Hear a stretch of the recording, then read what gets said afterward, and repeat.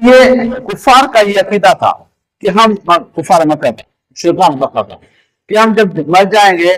تو خاک ہو جائیں گے، بوسیدہ ہڈیاں ہو جائیں گی، مٹی مل جائیں گے، تو دوبارہ ہم اٹھیں گے نہیں، یعنی عذاب قبر پر اور قبر کے بعد اٹھنے پر قیامت کے دن پر ہمیں ایمان نہیں تھا،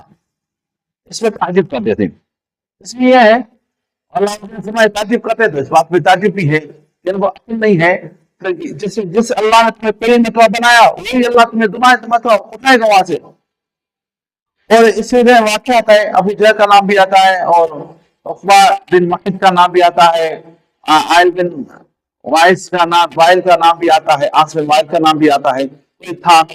تو وہ ایک بوسیدہ جو ہے کھوپڑی لے آیا، ویسے بوسیدہ کھوپڑی کیا اگر اس آدمی میں انگلی سے زور دے تو وہ گر جائے، گرنے لگ جائے،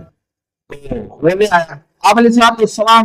کے پاس ہر وقت لوگ موجود رہتے تھے، صحابہ اکرام موجود رہتے تھے، کفار بھی موجود ہوتے تھے اور مسافر بھی ہوتے تھے، مقیم بھی ہوتے تھے۔ تو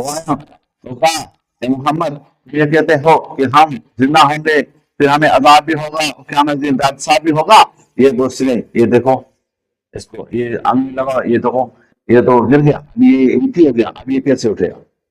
اللہ نے فرمایا ان کو بولا جس نے پہلی مرتبہ پیدا کیا دوبارہ منصوبہ لینا پڑے گا۔ تو کہو یہ کہ تم آگ جلاتے ہو، عرب جو ہے وہ لکڑی سے آگ جلاتے تھے، وہ غالباً 3 قسم کی لکڑیاں تھی، ایک کا نام مرختا، عقاب بھی ہے اور قلعہ بھی ہے،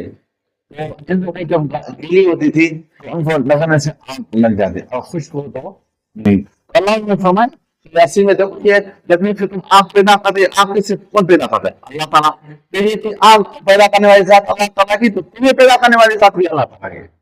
اللہ نے فرمایا کہ یہ جو ہے کفر کرتے ہیں اپنے رب سے، ان کے قیامت ان کے دلوں میں آگ توق ہوں گے، بڑے بڑے توق یہ لوگ جائے جہنمی ہے۔ اللہ تعالیٰ آپ کو ہم کو